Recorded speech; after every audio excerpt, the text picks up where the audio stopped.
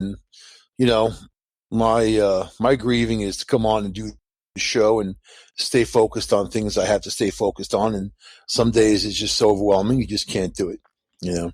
So I've been on this roller coaster ride, and luckily I've got some amazing, fantastic friends and also family members who have reached out and who are there. And I'll tell you, there's a lot of love going around, and it's difficult, man. It's just to navigate daily, and then there's the uphill battle. Like, I went to go clean her house out because she had all these cats, and we had to do something with the cats. We had to get help, from the SPCA, and they came in and did a fantastic job, which is one of the many reasons why I always support them. I've done fundraisers for them. I give them donations, and they're the best at what they do. It's also a no-kill shelter, so at least the cats are going on to forever homes. But a little bit of time, only off 2 days a week. Been trying to get there, and it's actually far from where I am to go clean, the house up and do all this. So I get there today. I walk in. Last time I was there, I had sprinkled baking soda all over the floor. If you had pet odors or any of that stuff, baking soda is good stuff, man. And if you sprinkle it on a wooden floor, it gets in there, especially if you kind of push it in with a broom, it gets in there and it helps. And then you can come along with other things later on. And it just does a good job of just trying to neutralize the place. So I go in there and I see raccoon footprints all in the baking soda. And there was dry cat food down because we were trying to catch all the cats. And, my sister caught the cat last week, the last one, and brought it to the SPCA.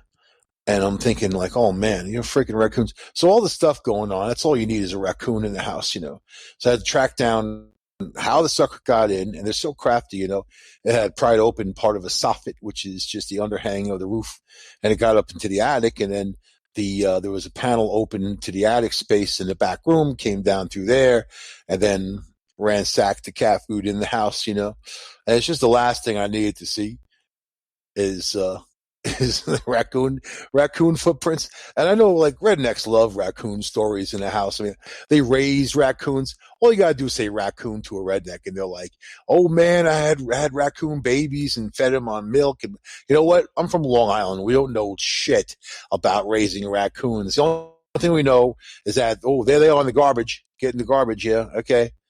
Close the garbage can. The raccoons are getting there. That's as close as I want to be. I think they're cute. Whatever. I'll tell you, one day I was driving on some of these back roads, and there was this raccoon during the day. You don't see too many of them out during the day because that's not their time. This thing was running crazy towards the roadway, and then it ran into the road, bonked its head and flipped over. It was foaming at the mouth and was going all crazy and chattering and screaming. And then it was took off into someone's backyard. There was people back there, and you think what the hell do you do, man? It's one thing if you've got a little pistolia, and even if you have a pistol, you gotta be good with a gun. It's a lot of people think that guns are these miracle things that the bullets find what they're looking for. Oh man, bullet doesn't have a name on it. You know what I mean? You gotta aim and shoot. You got some raccoon running out. Yeah, it's a little tiny thing too. So, but the reality is, I was in my Jeep and I wasn't worried. about myself per se. That family having a birthday party back there. I'm sure that was the talk of the birthday party for years to come. But yeah, I don't want them in the house. You know what I mean? Then when I saw it, I was like, ugh. Now I'm staying in a hotel, and then I get back to my hotel finally, and I go into the lobby to get a new pair of keys, right? Cards, little cards and stuff. And then I was talking to a girl, telling her my raccoon story, and there was this redneck dude who works on the place. He's a maintenance guy. He was walking out the door, and I said there was a raccoon in the house. He actually came back in to listen to my story. I regaled him with my raccoon story. So, yep, that's how crappy my life is. You got to take things in stride. It just is what it is. And as things come up, you got to handle these things. It's an unbelievable situation. So it's just, you got to go forward. And no matter what life hands you, what kind of adversity, you have to go forward and be prepared for anything. This way, the things don't hang you up so much, And that's perseverance, man. There's something about being there for others that you care about, and those people being there for you. It creates a nice web of support. You don't feel so alone. A lot of people out there are alone, and they don't have that. I'm lucky to have had the mom that I had for 54 years, of my life, and I know a lot of people that didn't have that at all. So it's it's something that I honor in my heart. But as life goes on, you just have to be the best you can best. The people that love you when they pass, they want to see you be the best that you can be. They don't want to see you fall apart for them every day. And grieving, I'll tell you, I never lost anyone that I love so much. And it's a defining point in your life. It really is. So if your mom is alive, give her a hug, because she may not be there for you one day to hug, you know what I mean? So same for your father, same whatever you got. I mean, I didn't have that with my father, but didn't have that with my grandmother either on my mom's side. Whatever. You don't need an overabundance of people, do you? You need the ones that count, right? And that's the ones that, God sends you away and also takes away from you. But I'll tell you what I've learned. You've asked me what I've learned, me personally, from all of this. I've learned that I'm never going to use the word hope anymore in any kind of way that I'm trying to think, I hope this happens, I hope this, and hopefully, it's a shit word. It means nothing. It means less than nothing. You need to be, you need to go out there and cause the effect. Every move deserves a counter move, right? For hoping cancer goes away. It's not going to. It's not known that goes away, especially when you're dealing with doctors who are subpar.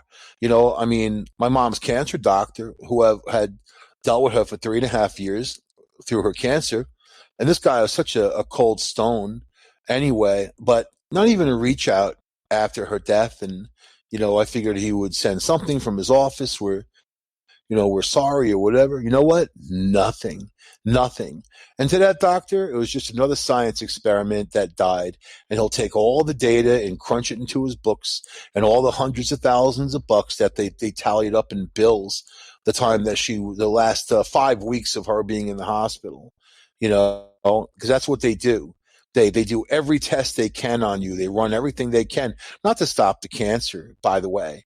It's not going to stop the cancer. It's not going to solve the situation. They already know what's going on. Once cancer is metastasized, it's done. It's done. You're done. And especially if it gets into your spine, you're done. Goes right into your brain, it's over. It's one thing if you have testicle, ball cancer. It's one thing if you've got, things that can be isolated. But once that cancer is in your organs, you may as well just blow yourself up. You may as well go out big. You may as well go to one of those suicide clinics or something, man. Do something that's not going to give these bastard doctors any leeway in selling the same death to other people. And you know what? You don't even know, because she was feeling good. She was feeling fine. 5 weeks before she died, she was working her full-time job, doing her thing, and that's all she could think about was getting back to work, right? All she was thinking about. She wanted words of encouragement. My friends on Facebook were saying all kinds of great stuff. I'd go visit her and read those comments to her, and it actually lifted her up. Even Robbie Thomas, the psychic medium, right? The guy who writes books and all that. Robbie Thomas, I reached out to him. I didn't even want to reach out to him because, he charges like a few $100 for a reading, and I'm not wealthy. I can't afford to pay that type of thing, and I just, I'd give him $50 for one, give me an answer. And, not for nothing. You got this gift. If you can help people, you help them, right? But I guess people need to get paid in what they do. But I kind of see psychic mediums in a different realm. But anyway, he said, your mom's going to be fine. It's just a little blip. She was going to come out, and he saw the people at work rally around her. You know, she was going to be fine. Yeah, really? She's going to be fine. And then he sent me a message. And this guy I talk to all the time. This guy I've known for years, 8, 9 years, 10 years, whatever the hell it is, right? And just interesting, just interesting when you think about people. They couldn't even reach out to me like afterwards and say, hey, are you okay? What's going on? Only my dearest friends did. The people who really mean anything to me. And when you are suffering through some kind of problem, especially something like this, it's nothing. There's no undo button. There's nothing I can do to bring my mom back. You lose somebody that you love. There's nothing you can do to bring them back. You just have to know their spirit's with you all the time. This guy, Robbie Thomas, was out there saying that he consoles people, that, people that die, he loves what he does because he brings them closure. Really? I haven't seen any of that shit.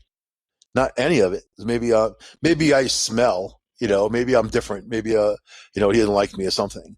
He actually had the nerve to say, hey, it's about time you have me back on your show, isn't it? I want to come on your show. Yeah, because I've got 1 million people listening to Discovery Paranormal, the show that he comes on. Sure, you want to come on, and tell people to buy your books and all that.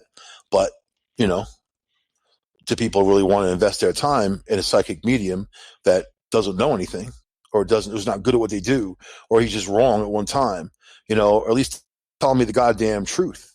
But I mean, that's what he thought the truth was, because the guy would have said, it's not good. Tell me it's not good, but it's just interesting. So maybe I got some venom. Maybe it's deserved. It's definitely deserved. I'm tired of being Mr. Nice Guy to people that don't deserve it. You know what I mean? And they can take, I don't know. They can, people are what they are. Don't think for a second that they don't show you their true selves at times, because they do. And then other people make excuses for those people, don't they? And same for the doctor, though. He's not a psychic. He's not a medium. He's a doctor. He sees these things. And mom was feeling fine. So the doctor put her on this new chemo that the first one knocked her down. She couldn't get out of bed. She had no energy. She wasn't functioning. She would never take off early from work, or never take off for her. She loved her job. She worked at a school. They knew she was known as the ambassador of that place. She was there for 25 years, for God's sakes. She would bake scones and bring them into people and all kinds of food, goodies, take care of them. That was her little extended family. That kind of love is powerful. So they gave her that second chemo. She couldn't even go to work. And then 3 weeks later, they gave her another dose instead of stopping. And I said to the doctor, I called him, I'm like, this knocked her down. Oh, it'll be all right. It'll be all right. Yeah, she had multiple strokes at that time. And, she had problems with her heart. Turns out the chemo before that they gave her was known for, it's called Doxil. It's known for destroying people's hearts.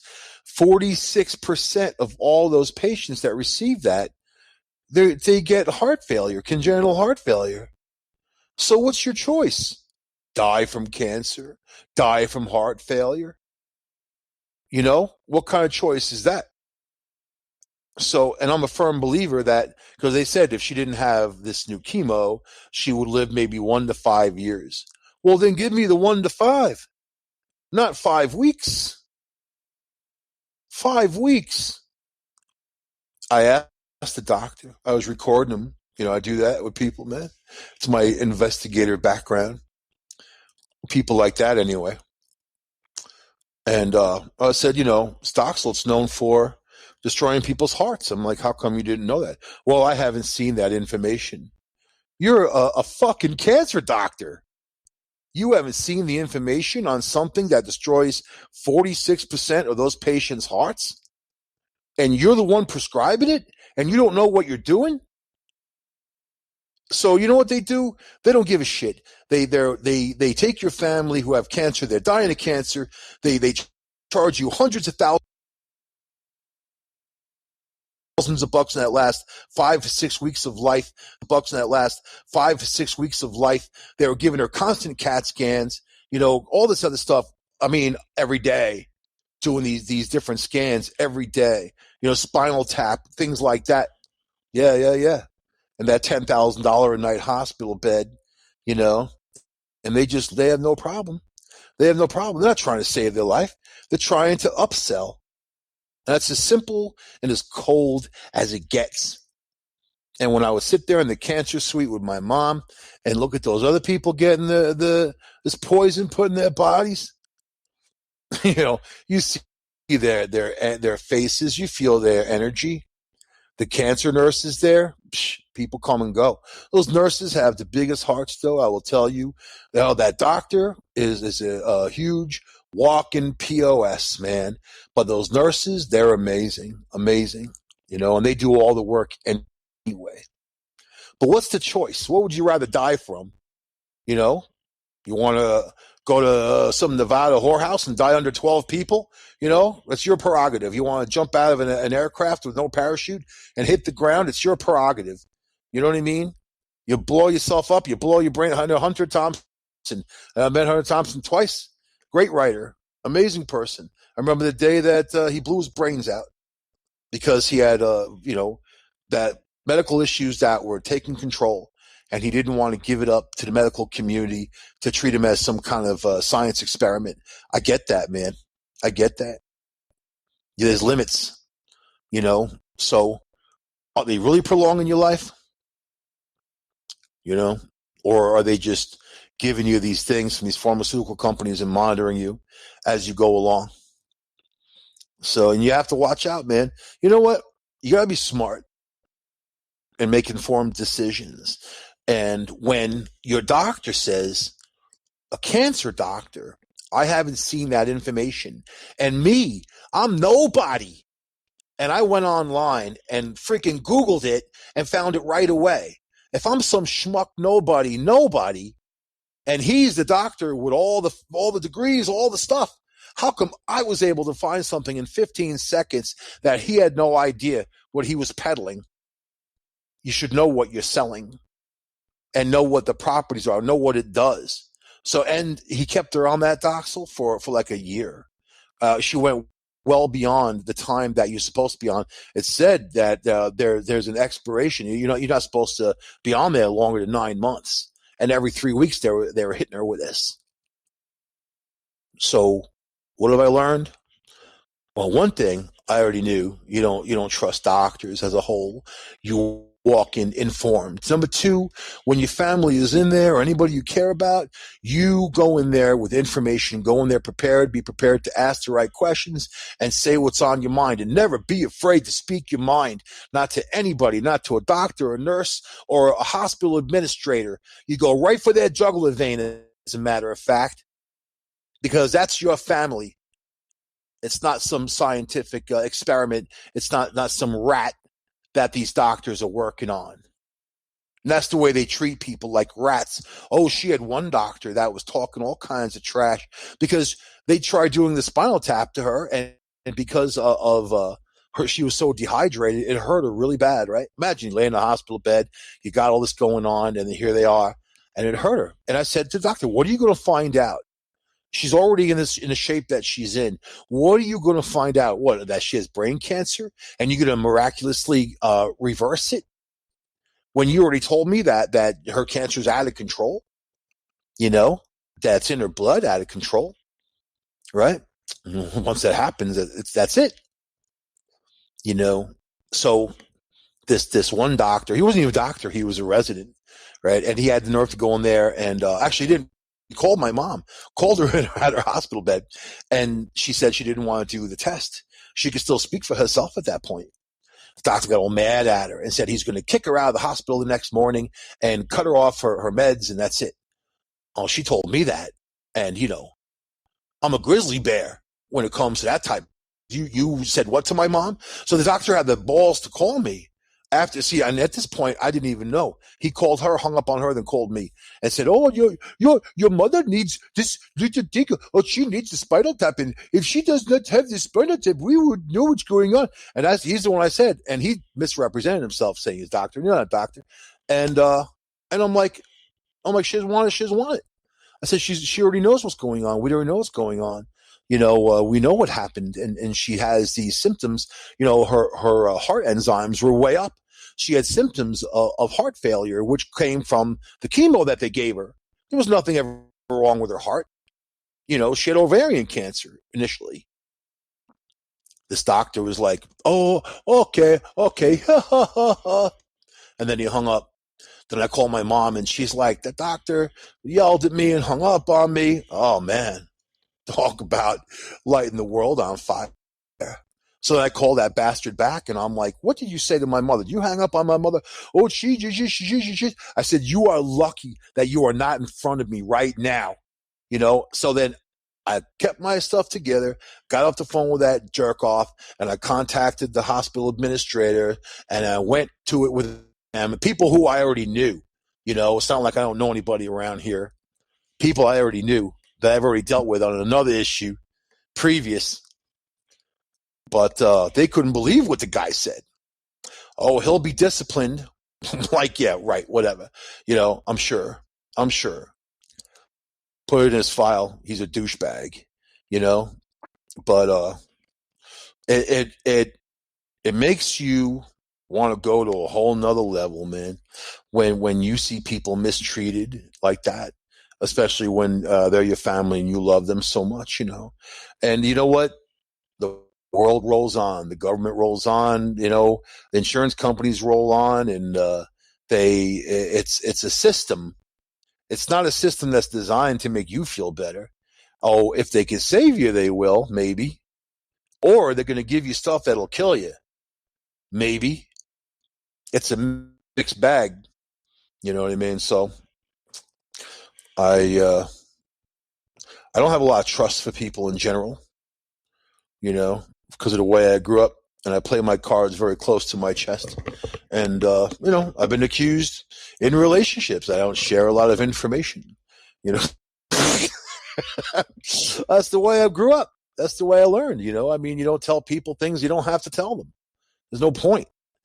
Chit chat, that's always fun, but chit chat's about anything. But I look at the world. I look at COVID. Look at what COVID's doing in India. I had this telemarketer call me, and he obviously was from India, Indian accent. I heard the people in the background in his little, area. No, not this time, actually. That was another guy I harassed. This one called the other day, and let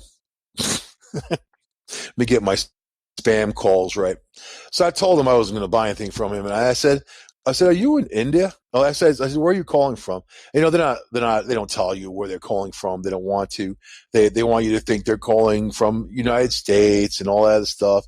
But then he finally said he was offshore, right? To the U.S. India is offshore. Yeah. Way offshore. So finally I said, "All right, dude, listen, are you in India?" And he's like, "Oh, yes, I am." And I started talking to him about COVID and what's going on there. He said they're all locked in their homes. They can't get out. I said, "Well, at least you can sit there and call people and harass them at home for stuff that they're never going to buy from you."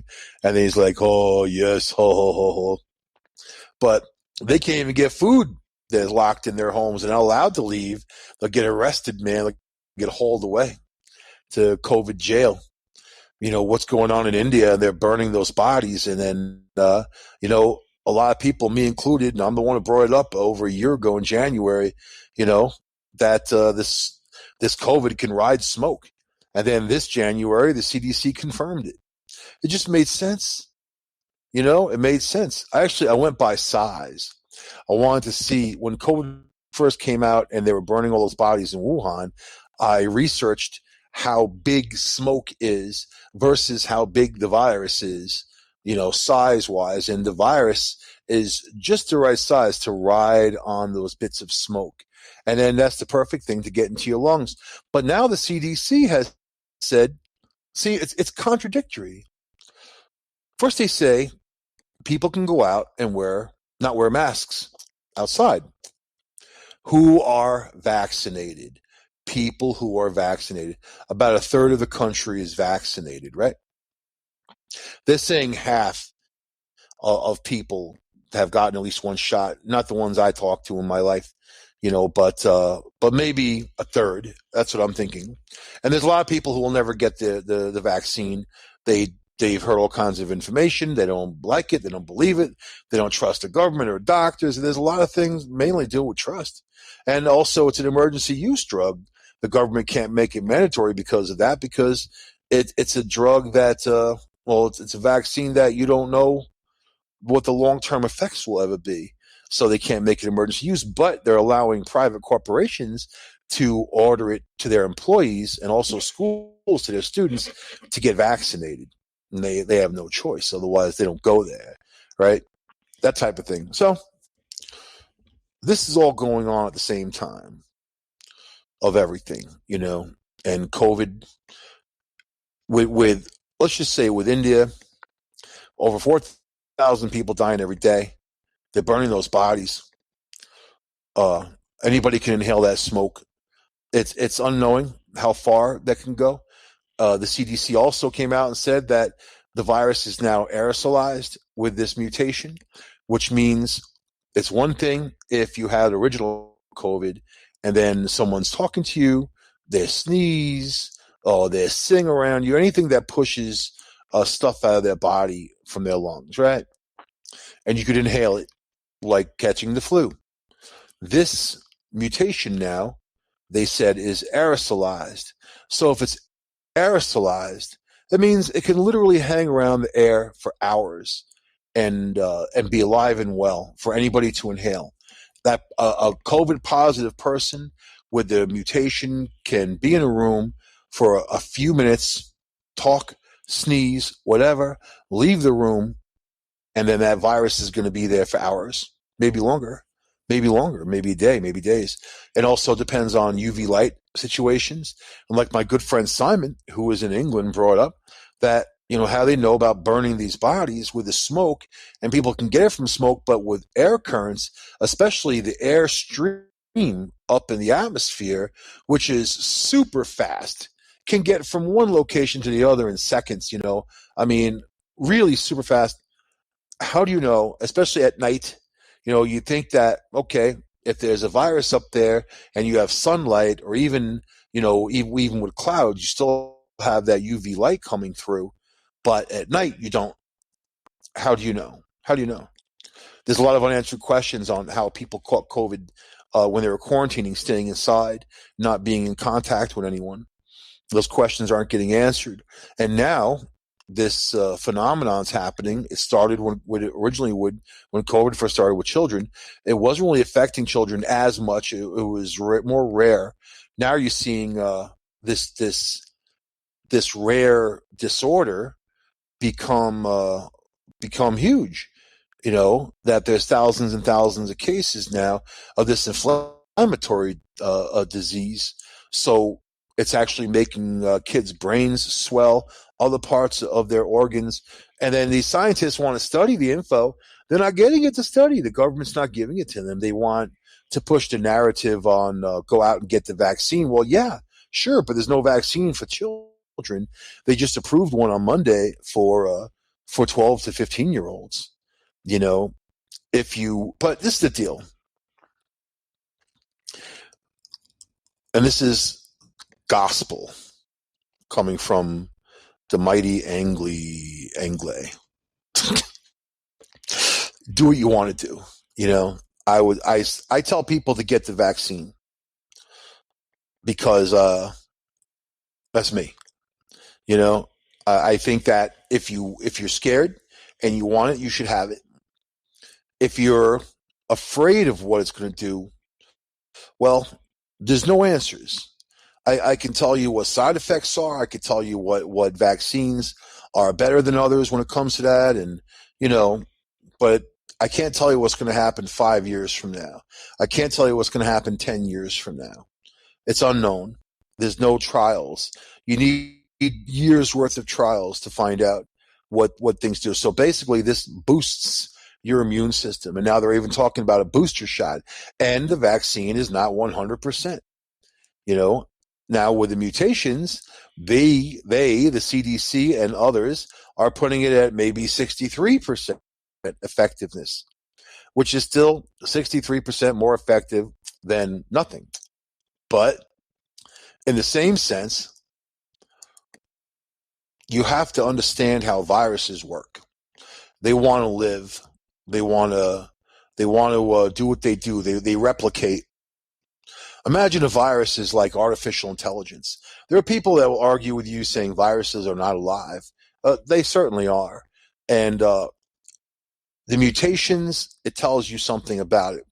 Here's a virus that went from square one with a pretty big case fatality rate, overseas, and then it filtered out through people.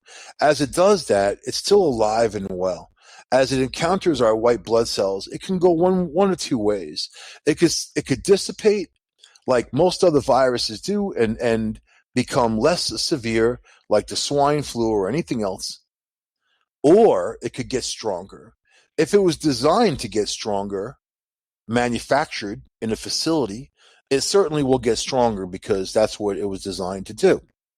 So now you have this English variant, and it got together with the South African variant. The South African variant more deadly, the English variant more infectious. 70%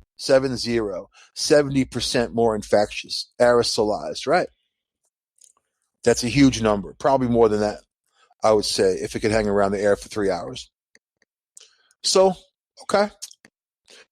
We know this. We know that these two mutations got together. They're calling it a double mutation, and this is what's taken India by storm. 6 weeks ago, the leader of India declared COVID victory and said it was done. They have gotten to herd immunity. They have vaccinated enough people. No worries. This mutation is going around the vaccine. It's going around all kinds. Let me tell you what it does. This double mutation collects antibodies and coats itself with antibodies and acts as a Trojan horse. It floats right past your immune system, right past your nose, those nice white blood cells that are pumped up full of even vaccine. Right, it walks right past it like it's not even there. And it gets to your healthy cells and then hits those healthy cells and it replicates, is what it does. And then people are choking to death there because they have no oxygen. This is affecting men, women, and children in India. It's not excluding any groups, anybody. They have one doctor for 26,000 people in India. One doctor for 26,000 people. None of those doctors just died. One from New Jersey who went there to help. All of them fully vaccinated. They've got thousands of people who are fully vaccinated, who will catch COVID, who are sick. So my question is, and this is a very important question, and it's not one that determines whether I want to get this vaccine or not. It's one that, it's an honest question. Let's say you vaccinate 100,000 people, right? Those people may or may not ever be exposed to COVID. Some people are exposed to COVID, nothing happens to them at all. They get mild symptoms, it's there, it's gone, they're done. And then they can go out and live their lives because they supposedly don't get reinfected. With the double mutation, we've seen previous positives affected, right? Look at Brazil. Brazil had a whole town last year that was decimated with this virus, killed thousands, tens of thousands of people, mass graves, the whole bit. The same different virus, this mutation, not even the mutation, the African variant hit Brazil and hit the same town. They thought, okay, virtually everyone in the town got COVID. Then they should have some kind of herd immunity, or they should have some kind of previous positive immunity. The whole town decimated again. mass graves again. So obviously, these new mutations have very little to do with the original one, like anything, like any strain. And strains and mutations are different things. People confuse them. The mutations are obscure. They're mutations. They're not normal. Now in the course of a virus, any kind of coronavirus, you'll see doctors, and this is doctors talking as a whole, that I'm quoting. They say that you'll see one or two mutations in the whole course of the virus as it runs through wherever it's running through. It's whatever society's being affected, 1 to 2 mutations. They have a guy in Boston in hospital who's been there for 10 months, who's immune compromised. He's got COVID. It's never left his system, and it's mutated over 22 times in his body in that time. 22 mutations. So it makes sense that, well, it doesn't, I mean, like, that's why I don't get the whole, the lifting all these rules where other countries are tightening up. India did the same thing. They declared COVID victory. They lifted the rules. People went out again, and this mutation took over. And now over 4,000 people are dying, with 400,000 around new cases every day. Imagine those numbers. And I know, people will say, though, they got 1.3 billion people. So what? Dead is dead. Doesn't matter what your population is. But not for nothing, this is a situation where, okay, it's a very dense population in India, very dirty population. People bathe in the Ganges River. There are dead bodies and dead animals floating by and sewage. You would think that their immune system would be the strongest. One group of Indians is using cow poop, slicking themselves down. Indian doctors telling them not to. They're like, that's not going to help. Moo. Cover yourself in cow poop and drink some chocolate milk, and you're there, huh? You're going to beat COVID. And when it comes to governments and their time frames and when COVID's going to end, let me tell you about viruses. They decide basically when they end, when people decide to truly put a stop to it. But then you have people who don't want to go out. You have people who do want to go out. You have people who want to go out and go crazy. Now, if you're trying to stop a pandemic or epidemic, whatever you got, you can't have that. People need to be isolated until the bug dies. That's it. Isolation, quarantine, So unfortunately, you don't have that in this world. You have people who are very headstrong. This thing was politicized in the beginning. Then there's a bunch of idiots who are following those people. Remember Trump? Trump said he didn't even believe in it. It's something the Democrats made up, or fake news. If COVID was fake news, he said that in February, when it was already here, by the way, in nursing homes in Washington State. Oh, now same area, Washington State. You have a nursing home with a bunch of illnesses. Over 70 people are sick, right? So this mutation went from India and it jumped to 50 countries in no time at all with travel restrictions. Think about that. But when you have political leadership like the leader of India who declared COVID over, and while he was saying it, this new mutation was ravaging his country. While he was saying it, you have the Trumps, you have the Chuck Schumers, him too. I mean, all these people, they all had some spiel about COVID, right? But it was the real idiots were the ones who, I don't believe in it. It's like the flu. That's what it frustrates me to hear that. When I hear intelligent people say something like that, I automatically know something about them, So, and I guess you just have to you got to be, show you what the deal is. And well, it's all right. Right now, COVID numbers, they said we're going down 3 days ago. We're on a decline in the U.S., also England, right? Guess what? In the last 3 days, it's going up. It's going up. It's going up. And it's this new mutation. It's here in the States. It's in England. I think 5 days ago there was 400 something cases in England. Now it's like 8,000. You can see this virus is not going to stop. It's going to keep going as long as it can. As long as it can, until someone truly stops it. But you don't stop it by declaring it over, right? Remember Bush? What about the Iraqi war? He declared victory. Really? When? When was there victory? There still isn't victory. It's a mess. Look what's going on with Israel. People shooting rocks and rockets at them, and you have Iran, who is fueling all of this. And to me, all those guys are the same. They eat the same food.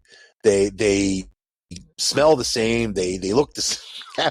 They look like Arabs in the desert, man. I mean, whether they're Jewish or Muslim, it's the whole thing is ridiculous. You're just people. You're going to allow your religion to get in the way of loving other people in your life. That's terrible, terrible. And you know what? Back in the day, it was the Jewish people that showed the Arabs in that region of Gaza and all that how to grow things in the soil, because the soil is so horrible and the conditions are so terrible there. They taught them that. Oh, but then you had a Palestinian leader who went over to Russia when the communist, and he met with all those guys there, and he came back with the whole communist agenda. And that's when the PLO was organized, and they started killing people, innocent people.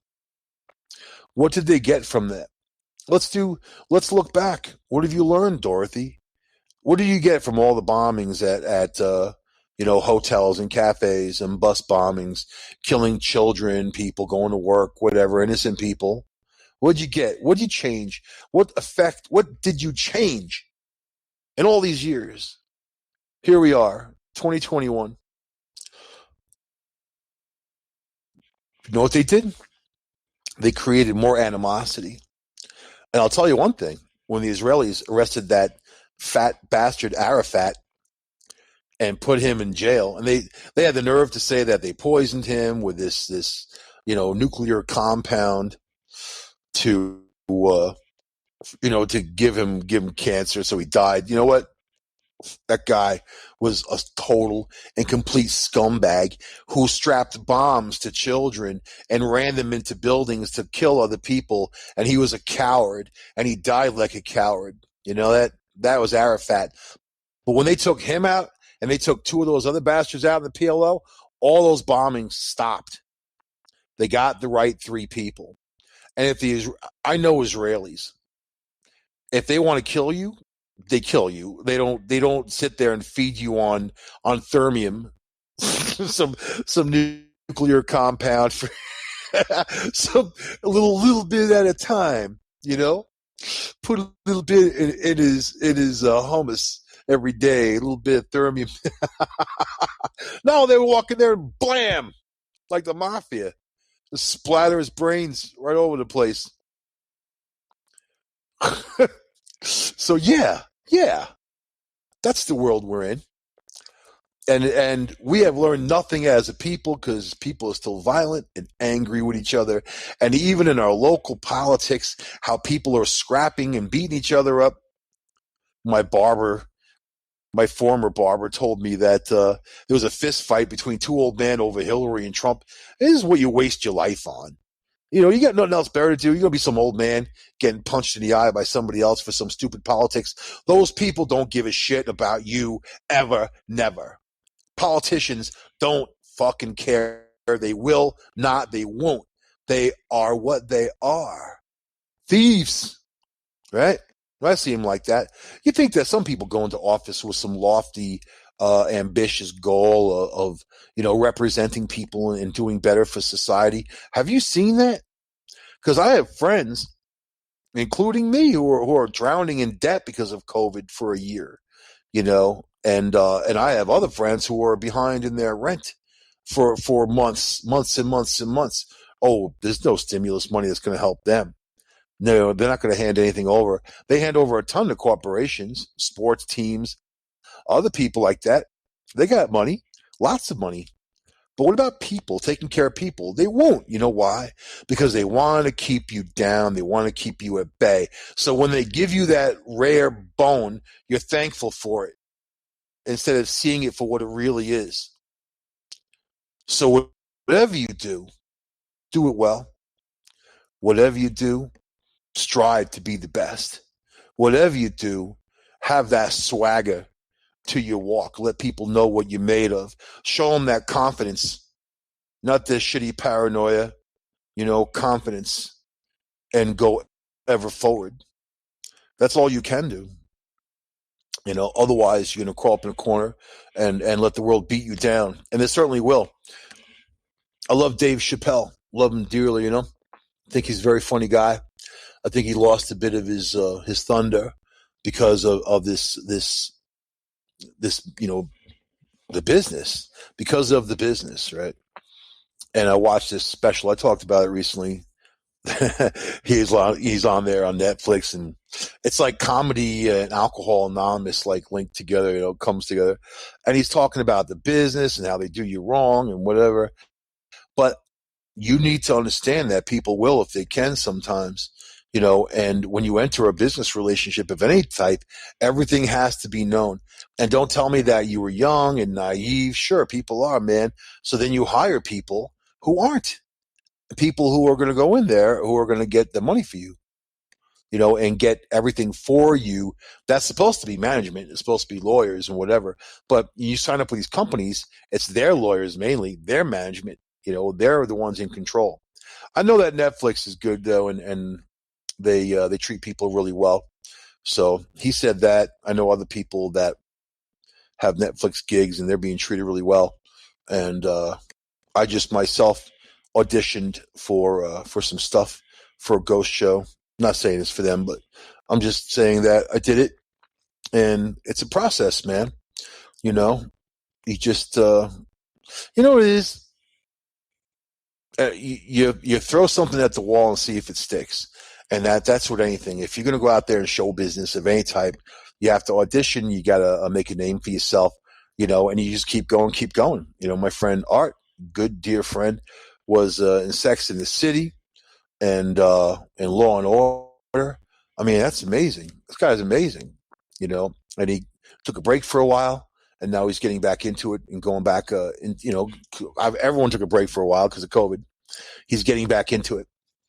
But I think that you just have to go for it, man. And, listen to your fans. Don't listen to your critics. The critics aren't going to tell you anything good. They're going to tell you their opinion of what they think that you should do, which means nothing. I've insulted many people in my relationships when I've said, I don't care what you think. It's not that I don't care what people think. It's just I have my own opinions and ideas and thoughts. Sure, if you want to debate me on something, I'm happy to, but really, my life is mine. I'm living in my skin. And the people that I affect, that's what's important, are the ones who affect me. If there's toxic people affecting you negatively, that's just something that you need to sever and get away from, So my advice to you tonight at the end of the show is to be kind. That's all. Be kind. Kindness goes a long way in this world. It really is. And I've been told that recently by somebody pretty important to me, that's for sure. And it's funny because that's kind of my thing that I say to people is be kind, And even when I'm faced with adversity, it's kind of like, what are you going to do? When the city of Ithaca came after me for my cable show because they said that the DA hated me, thought I was obnoxious, obscene, lewd, crude, obnoxious, and obscene, coming from Mr. Christian conservative Republican, you know, and I whipped his ass in court, whipped his ass, whipped, and was on the air. Their intention was get me suspended for 2 years, not go back on the air. They thought I was going to run away with my thing between my legs. Guess what, man? I was back on within 2 weeks, and I was telling them what the deal is. And my ex-girlfriend had this Cabbage Patch doll when she was a kid that looked just like this dude, George Dente's. I dressed that thing up, looked just like him, put those crazy round child molester glasses he used to wear, all that, in his little suit. It was cool, man. Put that thing on the air. Those days. And because he wouldn't come on my show and answer any of my questions on how he could have me arrested when clearly what I was doing was all about free speech. So instead of him coming on, I had a reasonable facsimile, man. So I'd put this Cabbage Patch doll on and I would yell at it half the night. The good old days. But he ended up passing away and lost the election by a landslide because people in the county knew what he was all about, that he wastes a lot of money and going after frivolous lawsuits from his own personal opinions, and he was gone. So I'll leave that with you. Fight for what you believe in and never stop. If there's one fool left in the battle is not lost. I will see you guys next week on this show. United Public Radio Network, UPRN Talkradio.com. Take the red pill. I'll see you guys next week. Bye.